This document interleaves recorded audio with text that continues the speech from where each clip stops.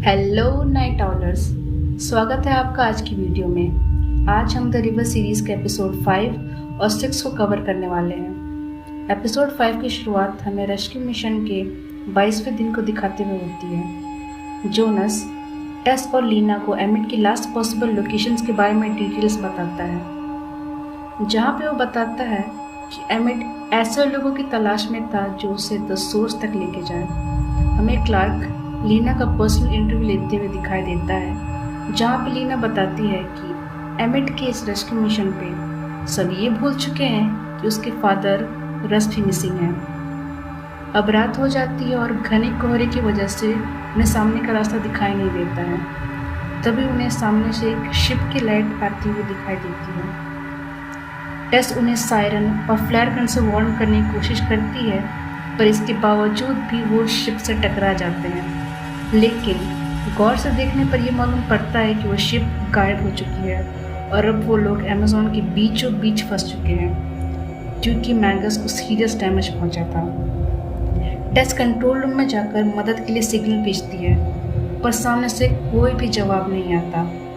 इसी के साथ सुबह हो जाती है और अभी तक इस प्रॉब्लम का कोई सोल्यूशन नहीं निकला था। कैमरा रूम में जोनस लीना को उसके फादर्स की कुछ फुटेज दिखाता है, जिससे लीना काफ़ी ज़्यादा इमोशनल हो जाती है। और अब तक आप अगर गेस नहीं कर पाए होंगे तो मैं बता देती हूँ कि आज का एपिसोड हेविली लीना पे फोकस करता है। अब रात का समय हो चुका था और अभी तक किसी ने भी उनका रिप्लाई नहीं दिया था। क्रू के मेंबर्स अपना अगला मूव प्लान कर ही रहे होते हैं कि उन्हें एक्सोडस नाम के शिप से सिग्नल का रिप्लाई मिलता है। कुछ देर में ही एक्सोडस शिप के 4 क्रू मेंबर्स स्पेयर पार्ट्स लेके वहाँ आते हैं, लेकिन कर्ट को इन पर शक था। टेस और लिंकन एमिट और उसके मिशन क्रू के बारे में उससे पूछते हैं, जिस पर वो बताते हैं कि उन्हें इस बारे में कोई भी जानकारी नहीं है। हम जोनस और लीना को देखते हैं, जिनको एक्सोडस पे एक आदमी की परछाई दिखती है, जबकि एक्सोडस वालों ने बताया था कि वो बस 4 ही क्रू मेंबर्स हैं। अंदर किचन में जब सब खा पी रहे होते हैं कि एक्सोडस के 2 मेंबर्स अकेले जाके कुछ बात करते हैं। कर्ट इनकी बातें छिपके से कैमरा रूम से सुन लेता है और उसका शक यकीन में तब्दील हो जाता है कि ये लोग किसी और ही मकसद से शिप पर आए हैं। कर्ट जाके अकेले में कैप्टन को कन्फ्रंट करता है और उसे इस बोट से अभी के अभी निकल जाने की धमकी देता है। इसी हीटर आर्ग्यूमेंट में कर्ट से गोली चल जाती है और कैप्टन की मौत हो जाती है। कर्ट उसे चेक कर ही रहा होता है कि वो अचानक से उठ के उस पर अटैक कर देता है और हमें यह पता चलता है कि एक्सोडस के सारे क्रू मेंबर्स ही भूत हैं, यानी कि घोस्ट हैं। उधर हम लीना और जोनस को एक्सोडस की खोजबीन के लिए जाते हुए देखते हैं। उन्हें अचानक से शिप पर एक आवाज़ सुनाई देती है जो शिप के नीचे से आ रही थी।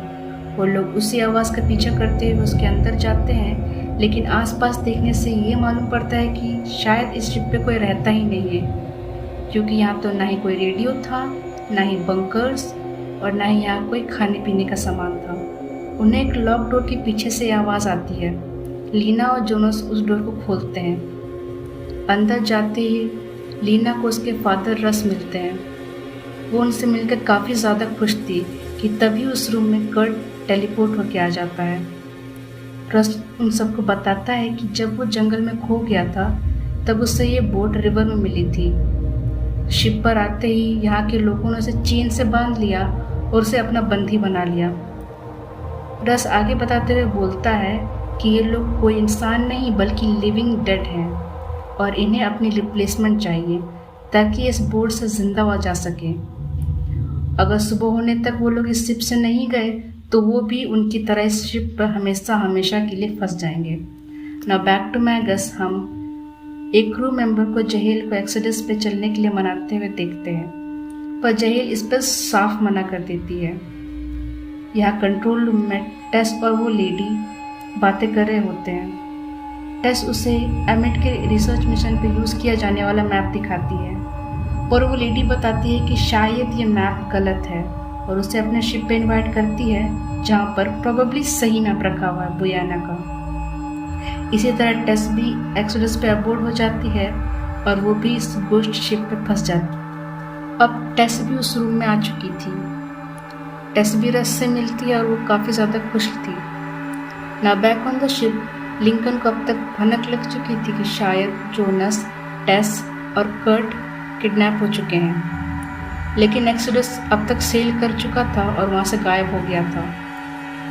बोट को ठीक होने में काफ़ी टाइम बाकी था, तो लिंकन, क्लार्क और इजी डिसाइड करते हैं कि वो लोग राफ्ट से एक्सोडस को खोजने निकल जाएंगे। गोस्ट शिप पर लीना लाइव ब्रॉडकास्ट करती है कैमरा रूम में, जिसे जहील सुन लेती है और वो लिंकन को सही डायरेक्शन बता देती है। इधर टेस रस को एमिट के बारे में पूछती है।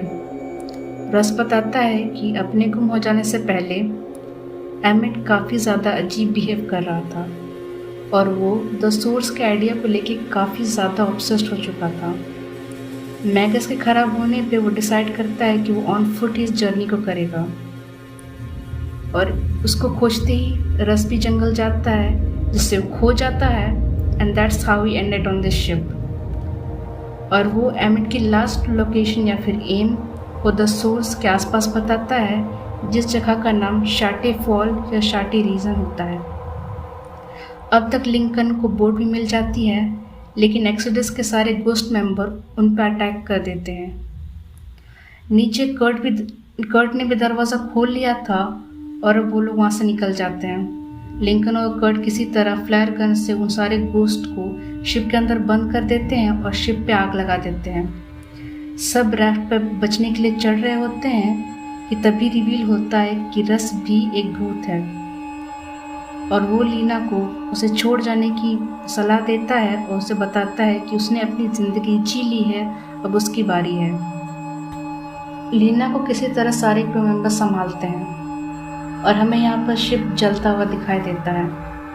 उसके साथ ही शिप के सारे इविल स्पिरिट भी उसके साथ खाक हो जाते हैं, लेकिन रस की स्पिरिट उसके साथ ही आज़ाद हो जाती है।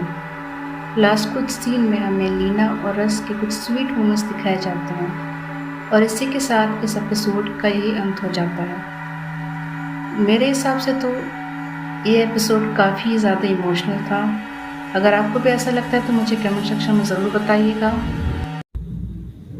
खैर, इसके साथ एपिसोड 6 की शुरुआत हो जाती है और हम लीना को दुखी हालत में देखते हैं। लिंकन लीना की इसी हालत को देखते हुए डिसाइड करता है कि वो उससे बुयाने के बाहर उसके घर छोड़ के आएगा, लेकिन लीना बोलती है कि जब तक वो इस मिशन को एंड नहीं कर लेती वो कहीं नहीं जाने वाली।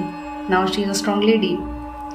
सारा क्रू शाटी रीजन जाता है और वह वाटरफॉल के आसपास खोजबीन करता है, लेकिन चारों ओर देखने के बाद भी वहाँ एमिट का कोई नामो निशान नहीं मिलता। लेकिन जोनस को अचानक से पानी के पास एक चाकू मिलता है और उस पानी को चेक करने के बाद उन्हें वहाँ एमिट का एक बैग मिलता है जिसमें कुछ टेप्स और कैमरा रखा हुआ होता। क्रू डिसाइड करता है कि वो इन टेप्स की छानबीन करेगा और अपने नेक्स्ट मूव को प्लान करेगा। अभी जितने भी हमें क्लिप्स दिखाए जाएंगे वो एमिट के फुटेजेस हैं। एमिट कैमरा में बात करके बताता है कि शायद उसे द सोर्स के बारे में पता चल चुका है और उसका लोकेशन शाटी रीजन के आसपास ही है और वो बोलता है कि उसे कुछ दिन से एक ट्यून सुनाई दे रही है, जिसके बारे में भी वो कैमरा को इन्फॉर्म करता है। एमिट वहाँ ऑन फुट जर्नी करने वाला था, लेकिन रस इसके काफ़ी ज़्यादा अगेंस्ट था। रस बोलता है कि ये मिशन काफ़ी ज़्यादा डेंजरस है और सिंस वो उसका दोस्त है वो उससे नहीं करने देगा। एमिट और रस की इसी बात पे आर्ग्यूमेंट हो जाती है और एमिट के मुंह से गलती से निकल जाता है कि लीना भी मार्क्ड है, वो भी एक स्पेशल चाइल्ड है, और इसी बात पे दोनों की हाथापाई हो जाती है। लेकिन एमिट अपने जिद पर फिर भी अड़ा था। वो ऑन फुट जर्नी करने चला जाता है, जिस पर उनके 2 क्रू मेंबर्स रैबिट और मैनी उसका साथ देने वाले थे, और भूलिएगा नहीं उसका पेट डॉग सालसा भी उनके साथ जाने वाला था। कुछ दिन की चढ़ाई के और ट्रैक करने के बाद वो लोग एक लोकेशन पर पहुंचते हैं जहां पर पेड़ों पर एक सिंबल बना हुआ था और उन्हें फिर वही विस्लिंग की आवाज़ सुनाई देती है जिस ट्यून के बारे में एमिट ने बताया था, और इससे वो समझ जाता है कि वो लोग काफ़ी पास हैं। एमिट कैमरा में देख के बताता है कि जो सोर्स का लोकेशन है वो ज़ूलूस ट्राइब वालों के पास है, जिनके पास अमेजिंग हीलिंग एबिलिटीज़ और इम्यूनिटी पावर्स हैं, और वो कितने सालों से इन्हीं को खोज रहा है। रात हो जाती है और रैबिट एमिट के साथ इंटीमेट होना चाहती थी, पर एमिट इस पर साफ मना कर देता है। देर रात जब सब सो रहे होते हैं तभी उन्हें एक अजीब सी आवाज़ उठा देती है। एमिट का पेट डॉग साल्सा इसी आवाज़ के पीछे भाग जाता है और उसे खोजते खोजते वो लोग एक कारकस के पास पहुंचते हैं। और उस कारकस को देखने पर वो सोचने लग जाते हैं कि ये कहाँ और क्यों पहुंचा कि तभी कैमरा पे खून गिरने लगता है। जैसे ही कैमरा ऊपर पैन करता है तो हम एक बंदर की स्किन्ड की हुई लाश दिखाई देती है। इसी के साथ सुबह हो जाती है और मैनी कल रात के इंसिडेंट के बारे में एमिट से पूछता है। एमिट बताता है कि ये शायद इल्तांची का काम है, जो इस जंगल और ज़ूलूस ट्राइब वालों की गार्डियन स्पिरिट या डाइटी है, और वो बस उन्हें टेस्ट कर रही है या फिर उन्हें डराने की कोशिश कर रही है। Back to the camera room, जहेल वीडियो को पॉज कर देती है और सारे क्रू को बताती है कि इल्तांची कोई गार्डियन स्पिरिट नहीं बल्कि एक डीमन है जो प्रोबेबली उनका शिकार करने आई थी, उन्हें डराने नहीं। कैमरा तभी लीना को दिखाता है जो रो रही होती है। जुनूस आके उसे संभालने की कोशिश करता है और लीना उसे एक बहुत बड़ा सीक्रेट रिवील करती है कि मैगस का सिग्नल उसी ने ऑन किया था ताकि टेस और सारा क्रू एमिट की तलाश में आए, क्योंकि उसे अपने फादर को भी खोजना था। Now back to the footage. Emmett और उसका ग्रुप एक जगह रेस्ट कर रहे होते हैं कि एमिट अपनी पर्सनल स्टोरी कैमरा से शेयर करता है। वो बोलता है कि टेस के प्रेग्नेंट होने के बाद वो ये सब एडवेंचर्स, ट्रिप्स, ये नई चीज़ों की तलाश करना छोड़ने वाला था, और उससे पहले ही एमिट के पहले बच्चे की मौत हो जाती है। And Tess being a strong woman, वो स्टिल एमिट को अपना पैशन परस्यू और एडवेंचर को कंटिन्यू करने के लिए बोलती है। उसके थोड़े समय बाद ही लिंकन का जन्म होता है and the rest you know is history. तभी उन्हें अचानक से वही विस्लिंग साउंड सुनाई देती है, लेकिन इस बार वो स्पिरिट उन पर अटैक कर देती है। भागते समय एलिस और एमिट मैनी से अलग हो जाते हैं। एमिट उस स्पिरिट या डीमन को उसी की ट्यून में विसल करता है और वो स्पिरिट वहाँ से चली जाती है। एमिट और एलिस मैनी की तलाश में लग जाते हैं, पर वो उन्हें कहीं नहीं मिलता। रात हो जाती है और उन्हें एक पेड़ के नीचे मैनी का कैमरा मिलता है, और ऊपर देखने पे मैनी की डेड बॉडी पेड़ से लटक रही होती है। वो स्पिरिट फिर आ जाती है। एमिट उसे सेम ट्यून में विसल करता है और वो स्पिरिट वहाँ से चली जाती है। सुबह जब एमिट कुछ फ्रूट्स लेने के लिए गया था, लेकिन जब वो वापस आता है वो देखता है कि एलिस सारा खाना लेकर वहाँ से चली जा चुकी थी। अब उसके पास कैमरा, कुछ टेप्स और सैटेलाइट फ़ोन के अलावा अब कुछ बाकी नहीं था। वो फिर भी हार नहीं मानता और वो आगे बढ़ने का डिसाइड करता है। रात हो जाती है और वो आग जलाना चाहता था, लेकिन लकड़ी कुछ ज़्यादा ही गीली थी। तभी उसे किसी के आने का एहसास होता है और वो छिप जाता है, लेकिन ये एमिट का डॉग साल्सा था। तभी हम एमिट को अपनी शक्तियों का यूज़ करते हुए देखते हैं, जिससे वो आग जला लेता है। एमिट के पास कुछ सुपरनेचुरल पावर्स थे। सुबह से फिर रात हो जाती है और हम देखते हैं कि एमिट की हालत कुछ ज़्यादा ही ख़राब हो चुकी थी। वो सैटेलाइट फ़ोन से लिंकन से बात करने की कोशिश करता है, लेकिन बुरे सिग्नल होने के कारण वो उससे बात नहीं कर पाता, और लिंकन बिजी भी होता है, जिससे कर्नो फ़ोन काट देता है। Now back to the present. हम लीना को अपने रूम में मार्क्ड सिंबल को खोजते हुए देखते हैं, जिसके बारे में उसे एमिट के टेप से पता चला था। वो अपने बाल को शेव करती है और उसे वो सिंबल मिल भी जाता है, जिससे देखकर वो काफ़ी ज़्यादा शॉक थी। हम वापस एमिट के टिप्स पर आ जाते हैं, जहाँ पर भूख और प्यास से उसकी हालत काफ़ी ज़्यादा ख़राब हो चुकी थी। उसे कुछ दूर जाते ही एक आम का पेड़ मिलता है। उस आम के पेड़ पर चढ़ता भी है, लेकिन वो उससे गिर जाता है, जिसकी वजह से उसके पैर की हड्डी टूट जाती है। वो फिर भी हार नहीं मानता और रेंग रेंग के अपना सफ़र तय करने पर मजबूर हो जाता है। थोड़ी ही दूर जाते ही वो इतना थक चुका था और भूख और प्यास के कारण उसकी हालत और ख़राब हो जाती है। उसे कुछ ना कुछ तो खाना ही था अपनी एनर्जी रिस्टोर करने के लिए। वो अपने पेट डॉग साल्सा को मारकर खाने का सोचता है, लेकिन ये उससे नहीं होता और वो वही थकावट से गिर जाता है। उसे फिर वही विस्लिंग की आवाज़ सुनाई देती है, लेकिन इस बार वो इतना थक के चूर हो चुका था कि वो वापस विसल नहीं कर पाता और वो वही बेहोश हो जाता है।